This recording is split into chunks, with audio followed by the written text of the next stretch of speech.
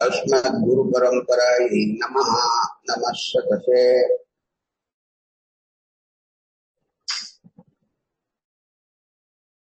ரொம்ப திமிரோட செல்பிஷா செல்வ செருக்கோட ஒரு பொய் கௌரவத்தோட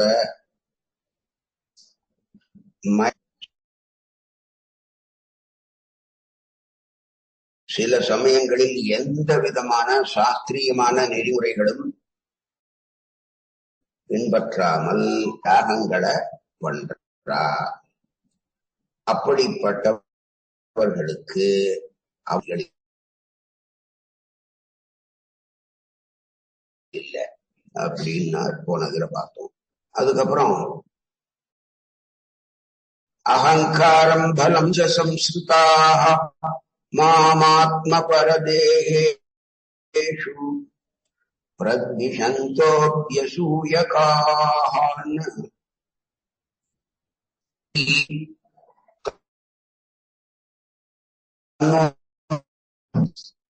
அகங்காரம்னா தங்கிட்ட இல்லாததான ஒரு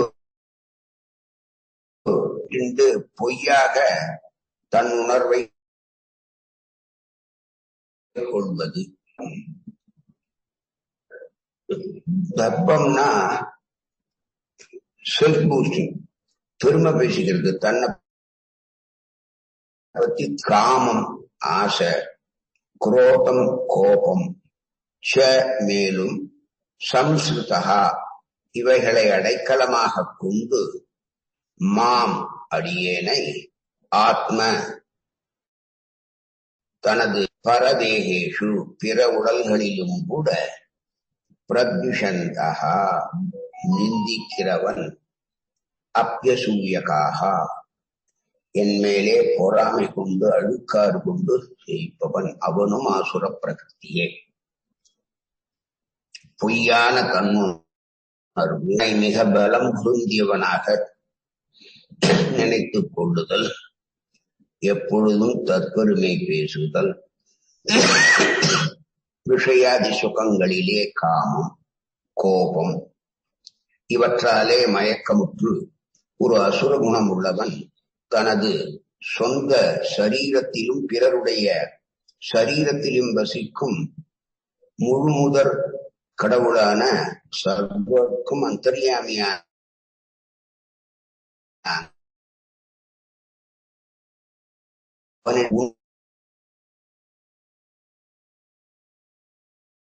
மத செய்பவன்.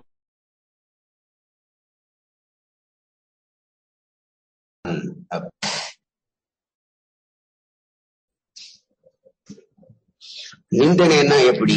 பகவானே கிடையாது, நான் தான் பெரியவன், இரண்யகசிபு தானே, அந்த மாதிரி தன்னையே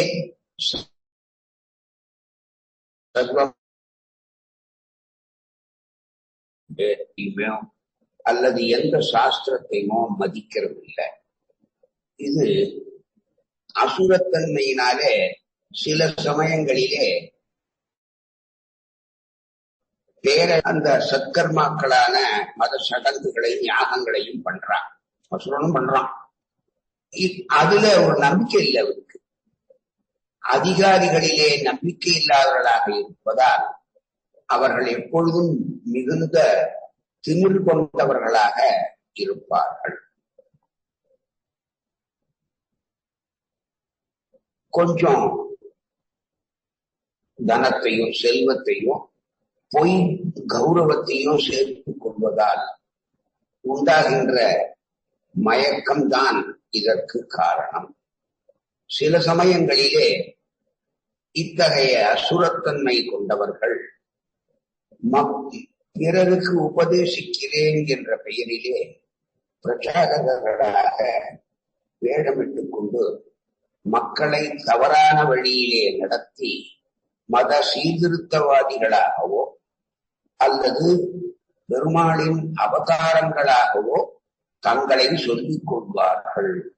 இவர்கள் யாகங்களை செய்வதாக காட்டிக் கொள்ளவோ, தேவர்களை வழிபடவோ அல்லது சுயமாக தாமே தயார் செய்த கடவுளை வழிபடவோ செய்கின்றார்கள். பொதுமக்கள் இவர்களை கடவுளாக பார்க்கும்படியாக விளம்பரம் செய்து கொண்டு தன்னை அனைவரும் வழிபட வேணும் என்று நினைக்கிறார்கள். அறிவற்ற மக்களாலே இவர்கள் அறநெறியின் முன்னேற்றம் அடையாதவர்களாக இருந்தாலும் கூட ஆத்ம ஞானத்திலே இன்னும் ரொம்ப பக்குவப்பட்ட ஞானி மாறி நினைக்கிறார். இந்த வாழ்க்கையினுடைய சந்நியாச ஆசிரமத்துக்கான அந்த காவி உடையை ஏற்று அந்த உடையிலேயே அவர்கள் போன்ற பல இழிவான செயல்களை இந்த ஆசுர பிரகிருதிகள் பண்றார். இருந்தா கூட இப்படிப்பட்ட அசுரர்கள் எந்த கட்டுப்பாட்டையும் கொஞ்சம் கூட மதிக்கிறதும் இல்லை, அதை பத்தி கவலைப்படுறதும் இல்லை. எந்த விதமான மார்க்கத்தை பாதையை ஒருவன் போகக்கூடாதோ அந்த பாதை இவர்கள் தேர்ந்தெடுக்கும் பாதையாக இருக்கிறது. நாம் போற வழிதான், நாம் பின்பற்ற மதம்தான் சரியான மதம் அப்படின்னு அதுக்கு ஒரு கல்பனையா பிரமாணங்கள் எல்லாம் இவாளே உண்டு பண்ணி அதையும் பரப்பி எல்லாரையும் இவர்களை என்னமோ ஒரு பெரிய அவதார புருஷர்களாகவோ அவதாரமாகவோ நினைக்கும்படியாக ஒரு தாம்பீகமான வாழ்க்கை வாழ்பவர்கள். சாஸ்திரத்துக்கு மதிப்பு கொடுக்கறதில்லை. இவர்களை சொல்லும் போது அதனால்தான் அபிதி பூர்வகம்ங்கிறத இங்க சொல்றார். இந்த அபீதி பூர்வகம் அப்படிங்கிறதுலாம் விதி விகிதமானா வேதம் சொல்றபடி நடக்கிறது. விதி அபிஹிதம் அப்படின்னு சொன்னா அந்த வேதத்திலே சொல்லப்படாதவைகளையும் இவர்கள் செய்கிறார்கள். அப்படின்லாம் பண்ண முடியும் அப்படிங்கிறதான ஒரு நினைப்பு. அது உண்மை இல்லை, இருந்தா கூட அப்படி நினைச்சுக்கும்படியா பண்றார்.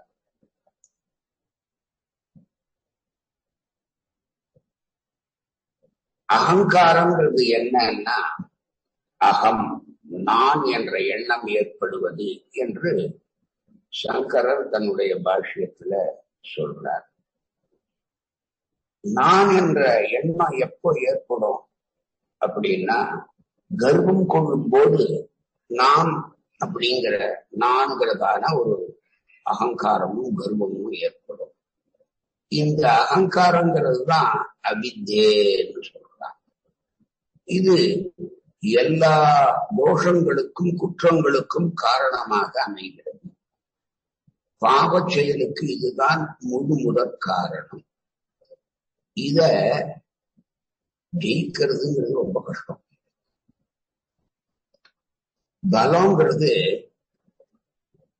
விருப்பம் மற்றும் ஆசைகளை உள்ளடக்கி கொண்டு மற்றவர்களை துன்பப்பட வைக்கின்ற எண்ணமாகும். தர்ப்பம் என்பது மனசிலே ஏற்படுகின்ற ஒரு தடுமாற்றம். இதுவே செல்கிறது என்கிறார் ஆதிசங்கரர். காமம் என்பது பெண்கள் மீதும் பொருள் மீதும் ஆசைகள். கோபம் விருப்பம் இல்லாதவற்றின் மேல் ஏற்படும் கோபம், அல்லது தான் அபிமானித்த வஸ்து தனக்கு கிடைக்கவில்லை என்னும் போது ஏற்படுகின்ற கோபம். இப்படி பல தோஷங்களினாலும் இந்த அசுரப்பிறவிகள் சிக்கி தவிக்கிறார்கள். மேலும் அவர்களுடைய சரீரத்தில, அவர்களுடைய எண்ண ஓட்டத்தில ஈஸ்வரனான பகவானான கிருஷ்ணனான என்னை இவர்கள் வெறுக்கின்றார்கள். என்னை வெறுப்பது என்பது எனது கட்டளையை மீறிய செயலாகும். அவர்களுக்கு தர்ம வழியில் யார் நடக்கிறார்களோ அவர்கள் மீது கோபம் ஏற்படுகிறது, பொறாமை ஏற்படுகிறது என்கிறார் ஆதிசங்கரர் இந்த ஸ்லோகத்துக்கு அர்த்தம் பண்ணும்போது, ராமானுஜ பாஷ்யத்துல இவர்கள் செய்யும் யாகங்களுக்கு ஏற்படி உள்ள தன்மைகளை பகவான் சொல்லுவதாக அகங்காரத்தின் சார்ந்தவர்களாக இருப்பதாலே நான் யாரோடைய உதவியும் இல்லாமல் என்னால எல்லாம் பண்ண முடியும் அப்படின்னு நினைக்கிறார். எந்த செயலை செய்வதற்கும் தனக்கு பலம் இருக்கிறது, தன் பலத்தை நம்புகிறார்கள். இதனால் இவர்களின் நினைவு என்னை போன்று எனக்கு நிகரானவர்கள் இந்த உலகத்திலே யாரும் இல்லை என்பதாக இருக்கிறது. மேலும் இவர்கள் விருப்பம் மூலம் நான் விரும்பும் அனைத்தும் கிட்டுகிறது என்று நினைக்காமல் தங்களுடைய முயற்சியினாலேயே இவை அனைத்தும் கிட்டுகிறது. குரோதம் என்பது என்னை அழிப்பவர்களை எதிர்ப்பவர்களை நான் அழித்து விடுவேன் என்ற எண்ணம். இப்படியாக தாங்களே தங்களை சார்ந்தவர்களாக அவர்கள் உடலில் மட்டுமல்லாமல் அனைவரின் உடைகளிலும் அந்தர்யாமியாக உள்ள பரமபுருஷனான பகவானான கிருஷ்ணனான என் மீது பொறாமை கொள்கின்றனர். அதனால் என்னை முற்றிலும் வெறுக்கின்றார்கள். நான் கிருஷ்ணனாக இருக்கிறேன் என்பதை மறுக்கும் விதத்திலே பல வாதங்களை செய்வார்கள். பகவான் என்று ஒருவன் இருப்பதை பொறுக்க மாட்டாமல் தங்களுடைய கர்வம் போற்றுவர் சார்ந்து தங்களுக்காகவே யாகம் முதலியவைகளை செய்து கொள்வார்கள். இதுக்கு சங்கர பாஷ்யமும் ராமானுஜ பாஷ்யமும் தான் இருக்கு. மத்வ பாஷ்யம் இல்ல. அது அவ இப்போ மத்வருக்கு அப்புறம் அந்த பண்ண இல்ல. அது கிட்டத்தட்ட ராமானுஜ பாஷ்யத்தை ஒத்ததாவே இருக்கு. அடுத்ததாக 19வது ஸ்லோகம். தானகம் திசதா குருவான் சம்சாரேஷு நராதமான் க்ஷிபாமி அஜஸ்ரம் அசுபான் ஆசூரிஷு ஏவயோமிஷு. இப்படி பகவானான என்ன யாரு தூஷிக்கிறார்களோ, கொடியவர்களாக இருக்கிறார்களோ, மனித பிறவியிலே மிகவும் தாழ்ந்தவர்களாக இருக்கிறார்களோ இருக்கிறார்களோ ஆகிய அப்படிப்பட்ட அந்த அசுர பிறவிகளை பகவானான நான் இடைவிடாது தொடர்ந்து வருகின்ற மிகவும் தாழ்ந்த அசுர பிறவியிலே தள்ளிவிடுவேன்னு சொல்றான். சங்கர பாஷ்யத்துல இதுக்கு உரையிட்ட ஆதிசங்கரர் சன்மார்க்கமான அந்த தர்ம வழிக்கு விரோதமாக உள்ளவர்கள் இந்த அசுர பிறவிகள். சாதுக்களை இவர்கள் எப்பொழுதும் விரோதிக்கிறார்கள். மனித பிறவிகளிலே மிகவும் தாழ்ந்துள்ள இந்த பிறவிகளாக நரகத்திற்கு இட்டு செல்லும் சம்சாரத்திலே ஈடுபட்டு அதையே மிகுந்த உற்சாகத்துடன் மகிழ்ச்சியுடன் செய்பவர்கள். இவர்களை நான் அசுர கர்ப்பத்திலே சேர்த்து விடுகிறேன். அசுர கர்ப்பம் என்பது சிங்கம், புலி போன்றவை மிருகங்கள் அப்படின்ற ராமானுஜ பாஷ்யத்துக்கு இதுக்கு பொருளும்போது இப்படியாக எம்பெருமானான கிருஷ்ணனான என்னை எவன் துவேஷம் பண்ணுகிறானோ, எவன் கொடூரமாக நிந்திக்கிறானோ அவனை மனிதர்களில் மிக தாழ்ந்த பிறவியிலே அமங்கலம் நிறைந்தவர்களாக நான் செய்கிறேன். அவர்களை அதாவது பிறப்பது, இளமையிலே திமிர் கொண்டு சில காரியங்களை பண்ணுவது, அப்புறம் வயோதிகம் அடையிறது, இறக்கிறது, இதுவும் அந்த ஆசுர பிறவிகளுக்கு மாறி மாறி வரும் பிறவிகளிலே நான் பிடிச்சி தள்ளி விடுறேன்.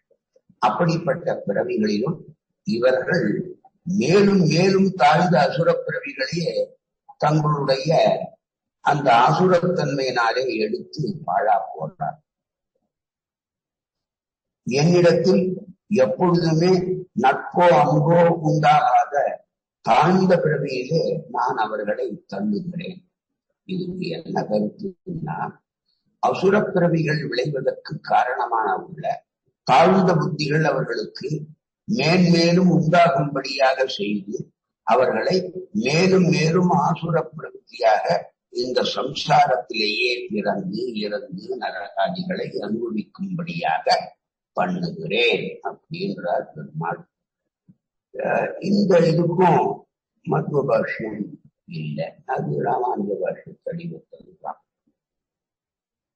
அடுத்ததா 20வது, ஆசூரிம் யோனிம் ஆபன்னாக மூடா ஜன்மனி ஜன்மனி மாம் அப்ராப்தியேவ கௌந்தேய ததா யாந்தி அதமாம் கதிம்னர்.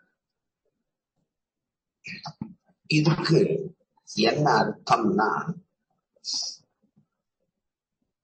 ஆசூரின் இந்த அசுரத்தன்மையுடைய யோனி, அந்த யோனிகளில் இனங்களிலே ஆபன்னா என்று மூடாக முட்டாள்களாக ஜன்மனி ஜன்மனி பிறப்புக்கு பிறப்பாக வரிசையாக பிறக்கிறார்கள்.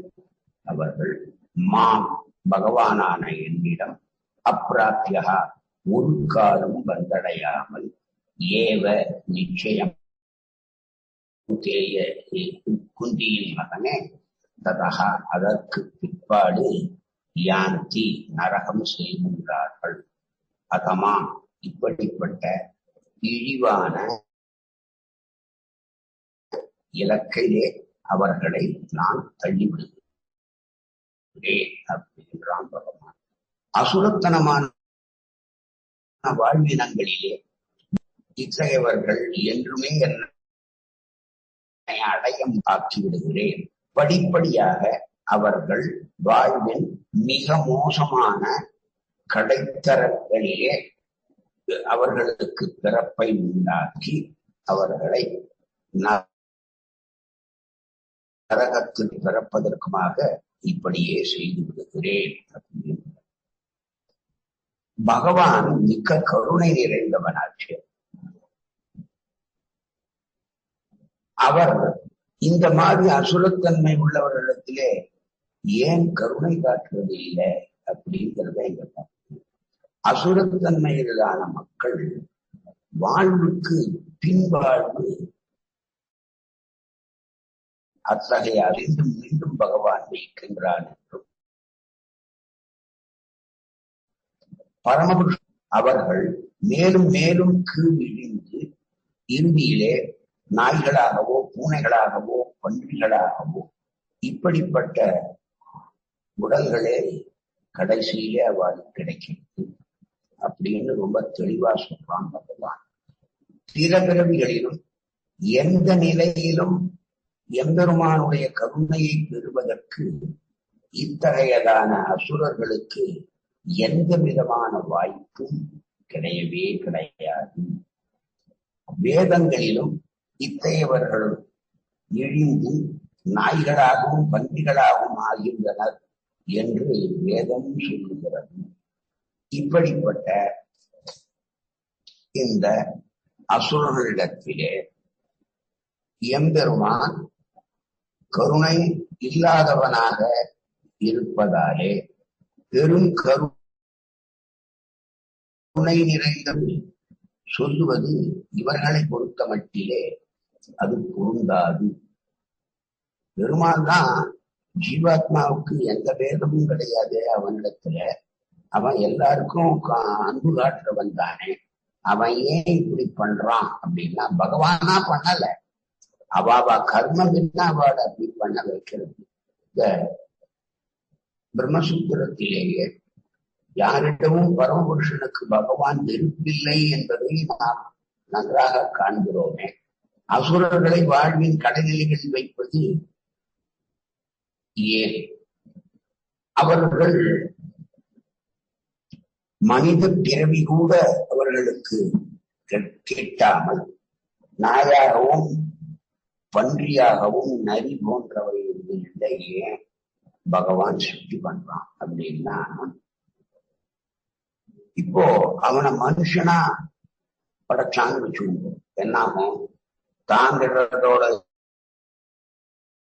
இல்லாம சுயம் நஷ்டம் பராநாசயத்தின்னு தானும் நஷ்டப்படுத்தி இருக்கிறவாளையும் நாசம் பண்ணிக்குவான். அதனால இவனால நல்ல சாதுக்களுக்கு எந்த விதமான தொந்தரவும் ஏற்படக்கூடாது என்பதற்காக இவர்களை மனித பிறவி அல்லாத மற்ற இழிபிறவிகளிலே எம்பெருமான் சேர்க்கிறான் என்பதுதான் இதிலிருந்து நாம் புரிந்து கொள்ள வேண்டும் என்கிறார் பகவத் ராமானுஜர்.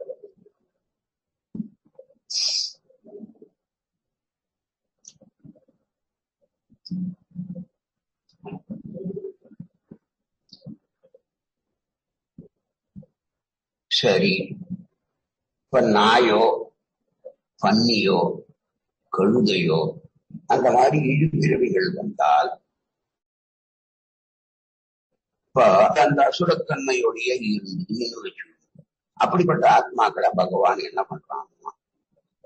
அதை காட்டிலும் இழிபிறவியான புழு பூச்சிகளா பண்ணிவிட்டான் அப்படின்னு. திரிவிதம் நரகஸ்ய ஏதத்வாரம் ந ஆசனம் ஆத்மனஹ காமஹ க்ரோதஹ ததா லோபஹ தஸ்மாத் ஏதத்ரயம் திஜேது அப்படின்ற 21வது ஸ்லோகம்.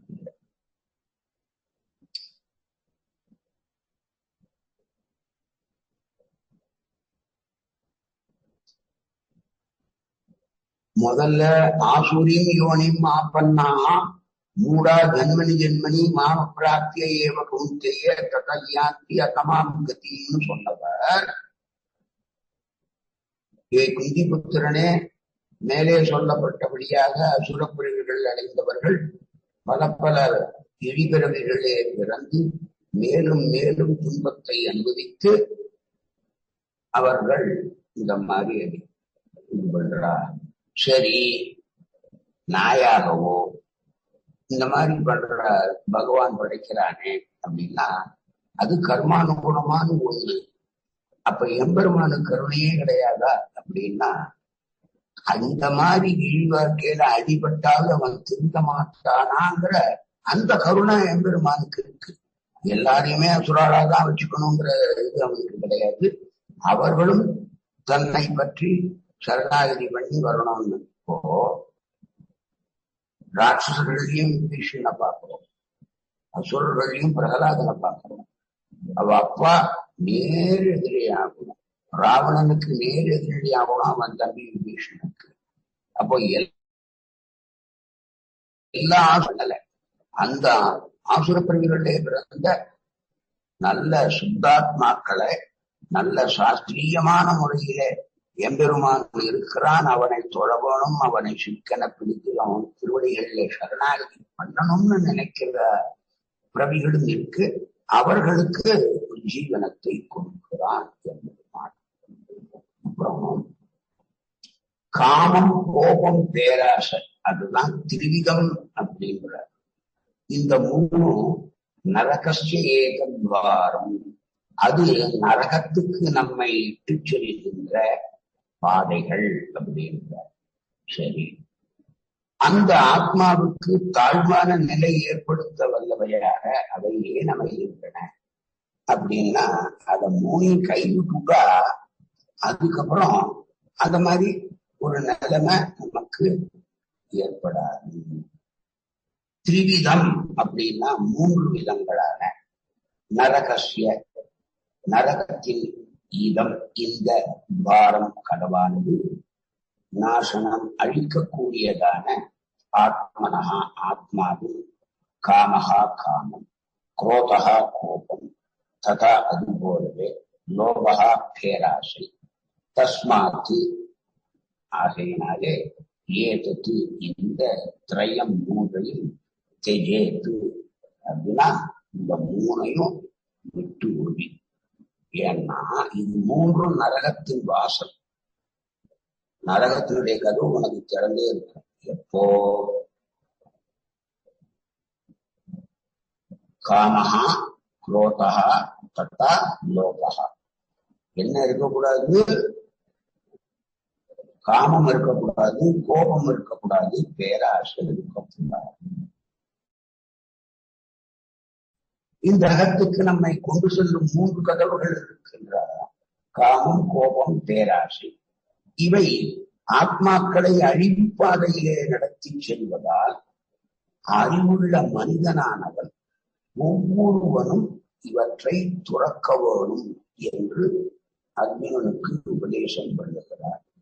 அசுரத்தனமான வாழ்வின் ஆரம்பம் இங்கே விவரிக்கப்பட்டிருப்பதாக நாம் கொள்ளலாம். தனது காமத்தை திருப்தி செய்ய ஒருவன் முயல்கின்றான். அவனால் அது முடியாத பொழுது கோபமும் பேராசையும் அவனுக்கு தானாகவே உண்டாகின்றன. அசுரத்தனமான வாழ்வினங்களுக்கு இழிந்து கீழிறங்க விரும்பாத அறிவுள்ள மனிதன் எவனும் மீண்டும் ஜடத்தரையினின்றும் விடுதலை பெற எந்த விதமான வாய்ப்பும் இல்லாமல் போகும் அளவுக்கு ஆத்மாவை கொல்லக்கூடிய இந்த 3 விரோதிகளையும் நாம் துறந்துவிட எப்பொழுதும் முயல வேணும் என்பதுதான் கிருஷ்ணனுடைய இது. இதுக்கு பாஷ்யம் பண்ண சங்கர் அசுரத்தன்மையை சுருக்கமாக இங்கே பகவான் கூறுகின்றார். எண்ணற்ற தீய தன்மைகளை உடையவை 3 தன்மைகள் மூலம் சுருங்க கூறப்படுகின்றன. இதுதான் மற்ற அசுரத்தன்மைகளுக்கும் வாயிற்படி. இந்த காமம், குரோதம், லோகம் இந்த 3ஐயும் நீக்கிவிட்டோம்னா எல்லா பாபங்களுக்கும் நாம விடுபடலாம். இப்போ நரகத்தினுடைய பாத 3 இருக்கு. இத ஒவ்வொன்றும் ஆத்மாவுக்கு பேரழிவை இழுத்திருக்கோம். இந்த பாதைக்குள் நுழைபவர்களின் ஆத்மா கட்டாயம் அழிந்து விடுகிறது. அதன் பின்னர் அவர்கள் மனித வாழ்வில் எந்த உயர்ந்த குறிக்கோளையும், அதாவது புருஷார்த்தத்தை அடைய இயலாதவர்களாக இருந்தார்கள். இதத்தான் கிருஷ்ண துவாரம் நாசனம் ஆத்மான்னு சொல்றான். இந்த 3 பாதைகள் இருந்தா காமம், குரோதம் மற்றும் பேராசை, இவற்றை ஒருவன் விளக்க வேணும் அப்படிங்கிறது தான் சங்கர பாஷ்யம். இதுக்கு மத்வ பாஷ்யம் ராமானுஜ பாஷ்யத்தை அதனால தனியா வியாக்கியானம் பண்ணுறது.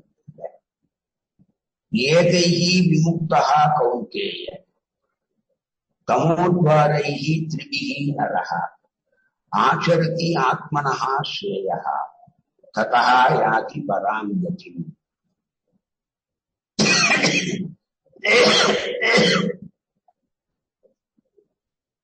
ஏகைஹி இவைகளினின்று விமுக்தாக விடுபட்டு கௌந்தேய ஹே குந்திபுத்திரனே தமஹாத்வாரை அறியாமையின் கதவுகள் திருபிகி 3 விதமான நர ஒரு மனிதரை ஆச்சரத்தி ஆக்குகின்றன. ஆத்மனஹா ஆத்மா, ஸ்ரேயஹ வரம், ததஹா அதன் பிற்பாடு யாதி செய்கின்றான் பராம் உயர்ந்த இலக்கை, அவன் உயர்ந்த இலக்கை அளித்தான். நரகத்தினுடைய இந்த காமம், கோபம், லோகம் ஆகிய 3 கதவுகளிலிருந்து ஒருவன் தப்பித்து விட்டானே ஆனால் தன்னை உணர்வதற்கு உரிய அனுகூலமான செயல்களை பகவான் அவனுக்கு காண்பிப்பான். அவன் உயரியதான உயர்ந்த இலக்கான அந்த வைகுண்டத்தை அடைவான். மனுஷனுடைய வாழ்க்கையில 3 முக்கியமான எதிரிகள் காமம், கோபம், பேராசை இங்கே சொன்னோம். இதுல ஒருத்தன் ரொம்ப கவனமா இருக்கணும். எவ்வளவு காமத்தையும் கோபத்தையும் பேராசையும் நாம் விடுகிறோமோ அவ்வளவுக்கு அவ்வளவு தூய்மையான நிலைமையை நாம் அடையலாம்.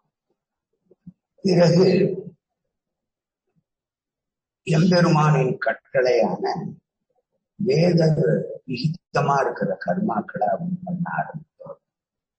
மனித வாழ்விற்கான நெறிமுறைகளை பின்பற்றுவான். படிப்படியாக அவனுக்கு அந்த ஆசுர பிரகிருதிக்கும் கூட ஆன்மீக உணர்வுகளும் நிலைக்கு ஒருவனாலே தன்னை உயர்த்தி கொள்ள முடியும். இத்தகைய இந்த பிரயத்தனால பகவானுடைய உணர்வு அவனை உயரும்படியாக செய்யும்.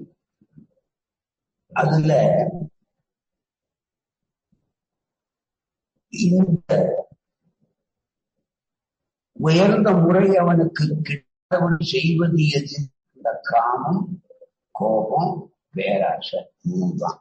அதனால இந்த மூணு முக்கியமா இருக்கு அப்படின்னு சொன்னார்.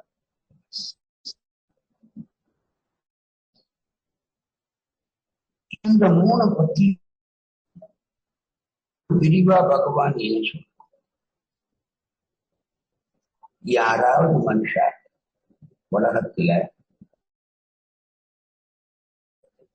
ஆசை கோபம் இல்லாமலும் நாம் பார்க்க முடியுமா? முடியாது. அப்போ காமத்தை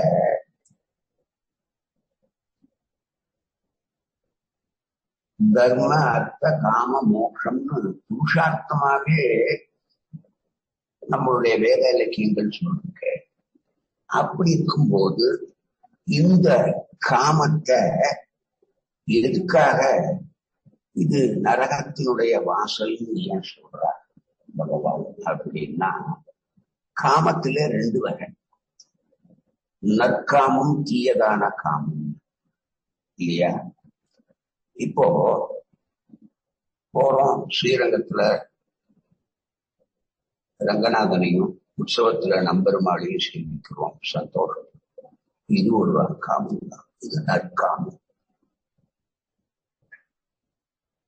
பெருமாளுக்கு ஏதோ தண்ணி விழுந்து அந்த பகவத் பிரசாதமா செய்ய இல்ல, நம்மளால முடிஞ்ச கைங்கரியங்களை அவனுடைய அந்த புறப்பாட்டிலேயோ இல்ல நித்தியம் அவனுக்கு மாலை கட்டி கொடுக்கறது, திருத்துறாயில பண்ணி கொடுக்கறது, அப்புறம் காவேரியிலேருந்து ஜலம் எடுத்து இந்த மாதிரி எல்லாம் எத்தனையோ கைங்கரியம் பண்ணலாம். முடியாது. இதெல்லாம் பண்ணா அந்த நற்காமங்களாக இதெல்லாம் ஆகின்றன. இப்போ தர்மம், அர்த்தம், காமம், மோட்சம்னு பிரிச்சுட்டா இல்லையா? சதுர்வித புருஷார்த்தம் இதுதானே சொல்றோம். அதுல சாஸ்திரம் இயர்ந்த தர்ம வழிகளிலே நாம் பொருளை சம்பாதிக்கணும், பொருளை ஈட்டப்படும். ஸ்மக்லிங் பண்ணக்கூடாது, இன்னொருத்தனை கொள்ள பண்ணி அவன் பணத்தை பறிக்கக்கூடாது, திருடக்கூடாது, பொய் சொல்லக்கூடாது. இப்படிங்கிறதெல்லாம் இதுக்குள்ள தானா வருது. அப்போ நற்காமத்துக்கு அவனை ஆசைக்கு. அப்போ தர்மம் இசைந்த வழியிலே ஒருவன் பொருளை ஈட்டி அந்த பொருள்களை நற்காமத்துக்கு செலவிட்டானேயானால் அவன் கிரமேண மோட்சத்தை ஆச்சாரிய சம்பந்தம் ஏற்பட்டு பிரபத்தி பண்ணிட்டு அப்புறம் தேக அவசானத்துல மோட்சத்தை அடைவான். இப்போ இந்த சதுர்வித புருஷார்த்தத்திலையும் காமம் வருதே, அந்த காமம் வேற, அது நற்காமம். இது மிக கொடியதான தீமையான காமம். அந்த காமம்னு தானே சொல்லிருக்கு. அதனால 2 பதமும் ஒன்னும் அப்படின்னு நினைக்க கூடாதுங்கிறதுக்காகத்தான் அடியேன் இந்த 2க்கும் உள்ள டிஃபரன்ஸ அடியணும். இப்போ சத்துர்வித புருஷார்த்தங்களை பத்தி சொல்லிட்டு வந்தோம். தர்மம் செய்த வழியிலே அர்த்தத்தை சம்பாதிச்சு அதை நற்காமங்களுக்கு செலவழித்தால் அவனுக்கு கிரமேண மோட்சத்தை எம்பெருமான் கொடுப்பான். அப்படி இல்லாம அவனுக்கு இப்போ அந்த காமம் நற்காமமா இல்லேன்னு வச்சுக்கோ, தானா என்ன வரும்? பொறாமை வரும், கோபம் வரும், பேராசை வரும். இதெல்லாம் தானா ஒண்ணு கொடுக்கும். அதனால எது நற்காமம் எது தீக்காமம் அப்படிங்கிறத நம்ம பகுத்து அறிஞ்சுக்கணும். அதை நம்ம கரெக்டா சூஸ் பண்ணிட்டோம்னு வச்சுக்கோங்க. அதுக்கப்புறம் அந்த வழியில எந்த வழியில போகக்கூடாதோ அந்த வழியை தேர்ந்ததுக்கு அப்புறம் அதிலேருந்து நம்ம மீள்றது ரொம்ப கஷ்டம். அதெல்லாம் பகவான் திரும்ப திரும்ப இந்த 3 துவாரத்து பக்கம் போகவே போகாத, 3 கதவை திறக்காதே அடியே. இதோட அடுத்ததுல ஞானமசாலினே ஸ்ரீமதே வெங்கடேசாய வேதாந்த குரவே நமः. யாருக்காக சந்தேகம் இருக்காடியன்?